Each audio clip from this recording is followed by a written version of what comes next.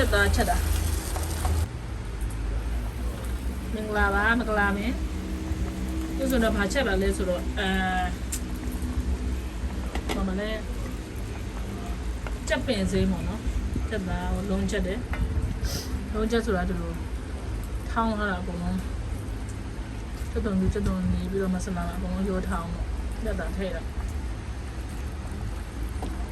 ရှည်တည်းရခံပြီးတော့ချက်သားပင်စင်းနဲ့ထည့်ပါ basil leaf ထည့်ပါ basil leaf ကို basil leaf ပေါ့နော်ပင်စင်းကို basil leaf လို့ခေါ်တာတဲ့အပွင့်မှာထည့်ပါသူကကျမကြီးတော့ကောင်းတယ်အုပ်ထားလိုက်မယ်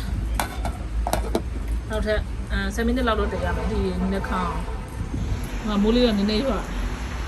မိုးလေးပဲတော့တည်းရတယ်ဒီလိုမပြောလိုက်ပါနဲ့ဝေးချီဝေးဒီနေ့ပြန်တွေ့ကြမယ်